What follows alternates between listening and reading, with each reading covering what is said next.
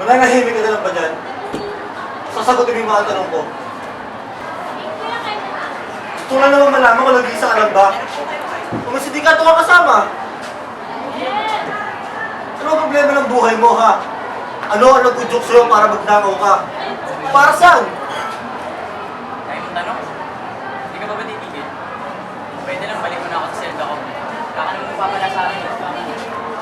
Ba't sumasagot ka na, ha? Ano gusto mo? Nahimik ako magsalita. Hoy, maayos ka. Nasa istasyon pa rin kita. Dito, ako ang masusunod. Pag nagtanong ako, sumagot ka ng maayos. Tapos ito, titigilan mo na ako. Makinig ka. Huwag mo na ito ulitin. May pamilya ako. Nagkando na kami, namatayan ng ina, nagrebelde, nabarkada, nasira buhay ko dahil sa tao. Tapos, Di mo pa sinasagot yung tanong ko kanina. Nag-iisa ka ba o may member ka sa sindikato? pinamalag yun. Hindi, sasabihin ko sakali. Alam mo na kwento ko. Ngayon, hindi mo na ba akong balik sa mga kosa ko? Ano ba nangyari sa'yo? Bakit mo ito nagawa? Makikinig ako.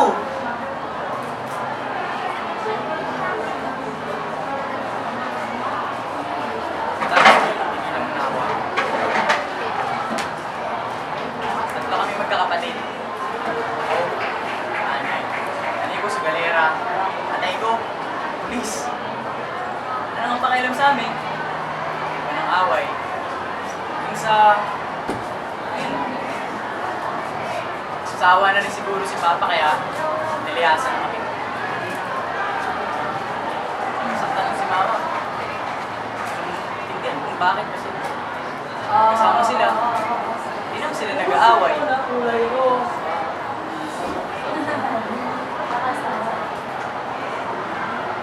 Simula nun, gabi-gabi na siya nagsusugal. Umiinom. Ganun na lang, magpakamatay yung sarap namin magkakapatid eh. Nung hindi ko na alam kung saan kukuha ng perang pambili ng makakain namin. Isipan ko hanapin si Papa. Ako nalaman, may iba na pala siyang pamilya. Kaya, ayun. Hindi ko na lang tinuloy. Hindi ko na lang sila dinala. Pinsan ni Mama. Kapante naman ako, maalagaan sila doon. Bakit mo sila inabandona? Saan ka tumira? Hindi ko sila inabandon na. Tulad ng ama ko. Bakit talaga na, makita nila si Mama sa ganung sitwasyon. Ano? Tutuloy ko pa ba to? Tuloy mo. Araw nagpakaawa sa akin si Mama. Nanay ko si Papa. Pero, pinipinginan ako. Saan? Tatakot ako na. Alaman niya pag ng pamilya si Papa. Magpakamatay siya. Kasi isang araw, tignan ko na lang sa kwarto niya. Sige, malamig na bangkay. Sleeping pills daw. Overdose. Ano ba ang gagawin ko nun? Gamitin yung mga kapatid ko sa probinsya. Ano ako ibang magagawa eh? Tapos, binenta ko yung mga gamit, alas, kahit anong mabibenta sa bahay. Ay kasi ako, pinuputak din ng mga pinagkakautangan ni Mama eh. Bayaran ko naman lahat. Kahit halos wala nang natira sa bahay. Tapos, alaman ko, nakasangla naman pala yun, kaya wala na ako nagawa nung pinalis ako. Araw ko nang palaboy-laboy. Ako nakilala si Leopoldo Cesar. Sila nagturo sa akin mag-droga. Simula nun, kasama na ako sa mga operations, sessions ng grupo. Dati lang nila ako. Ngayon lang ako natutong magnakaw. Pag nanakaw kasi yung sagot para patustusan yung pagdodroga namin. Sa tingin mo, may ikaw maganda yung pagre-rebelde mo? Sa tingin mo, solusyon yan sa mga problema mo? Sa tingin mo, may naitulong sa'yo yung pagdodroga mo at pagsama mo sa mga teritoryo mong mga kaibigan?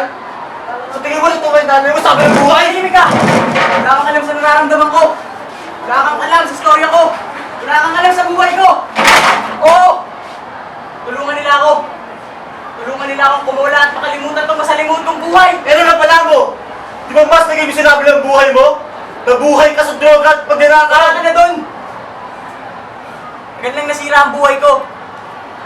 Wala na mangyayaring maganda pa. At nang to, sa walang kwentang ama ko, sa kaduwagan niya, hindi pa naman siya gago. Hindi niya kami iniwan. E di sana hindi ganito ka miserable ang buhay ko. Buti na lang, nalala ko si Tata Ramon. Buti tao. Buktok ng mga tao walang matutungo sa buhay. Sira ulo, gago, tulad ni Warlo. Tulad ko. Malapit ako sa kanya kahit nung una. Medyo nailang ako. Sa kanya ko naramdaman ng pagmamahal ng isang ama. Pinaramdam niya sa akin, hindi ako nag-iisa. Hindi pa uling lahat. Si Tata Ramon din yung naging inspirasyon ko para magbago. Simula nun, hindi na ako nagdroga. Hindi na ako nakipagbasag ulo. Pati pag nanakaw, tinigil ko na. Kasi pakiramdam ko may pamilya nang nagmamahal sa akin. Isipan ko na maghanap ng disente at marangal na trabaho. Benta ako ng dyaryo, nangalakal ng bakal, bote. Isa ko sa kali, construction worker din ako. Piruin mo, ang dating tambay sa kanto at magnanakaw, natutong magtrabaho at kumita ng patas. Nakitiwala ako kay Tata Ramon. Kaya nakwento ko sa kanya yung sarili ng buhay. Kaya ako nun. Pero, sinawayos ka ni Tata Ramon. Tinanggap pa rin niya ako at nagtagal kong tinago sa kanya yung buong pagkatao ko.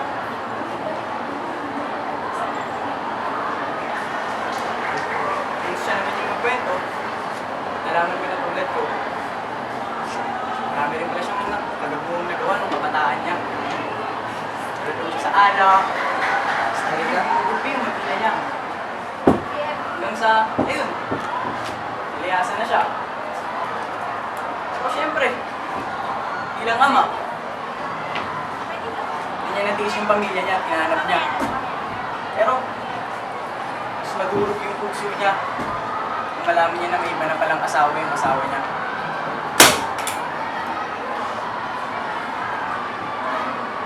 Tuloy na, nung magsisi siya, gantingin na lang niya niyayakap yung anak niya. Nasubaybayan naman niya na lumaki at maging pulis yung anak niya. Nakawa ako ng Tata Ramon. Sabi pa niya, daw akong gagaya sa kanya kaya pinipilit ako hanapin yung mama ko. Hindi ko kaya. Hinibabo pa rin yung galit.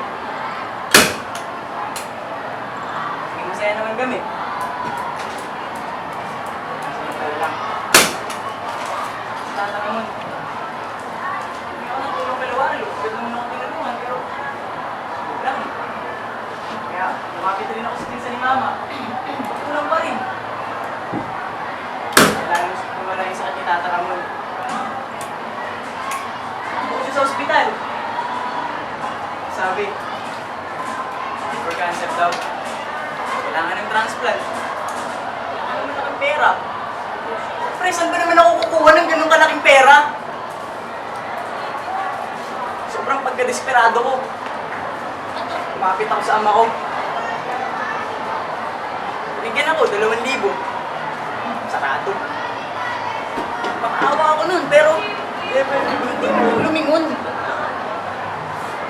Wala na akong ibang nagawa. Kita sa patalim eh. Nakaw at nagulap ako ng mga convenience store. Ay, nahabol na ako ng mga parang sige pa rin ako sa pagtakbo sa ospital. Huli na. Kaya kasi tatanong mo ako ng ano yung kaisa-isang tao nagparamdam sa akin ng pagmamahal.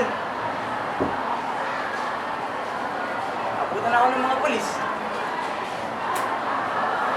Diba? Ikaw pa nga yung nag-post sa akin, ha? SPO Fortañeda. Di ba ikaw yung nahuli sa akin? Hindi. Hindi ko alam. Hindi ko alam ang mararamdaman ko. Dahil sa'yo, sira yung buhay ko. Dahil sa'yo, wala na. Wala na yung kaisa-isang taong nagmamahal sa akin. Dahil sa'yo, wala na si Tata Ramon. Wala na si Lolo. Anong lolo? Ano sinasabi mong lolo? Hindi ko sila sinyang maliwala niya pag hingi mo ng tulong. Hindi ko sila sinyang masira ang buhay mo. Dahil sa pag-iwan ko sa'yo. Kung sinasadya, sabihin mo, duwag ka. Duwag ka sa responsibilidad mo. Sorry pa. Mali na ang lahat. Sinayang mo yung huling pagkakataon na magbago pa yung tingin ko sa'yo. Nagkaroon ako ng ibang pamilya. Dahil hindi na ako masaya sa piling ng mama ninyo. Lagi na lang niya ako hinahanapan ng mali. Ngayon ko lang nalaman na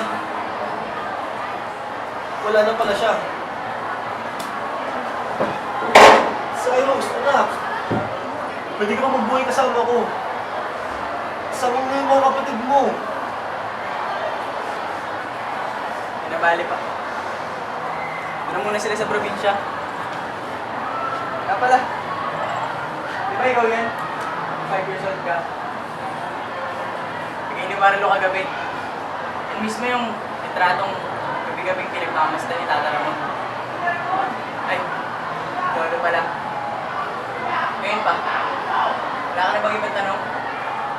Gusto ko nga sa selda ko. 2 tao pa ako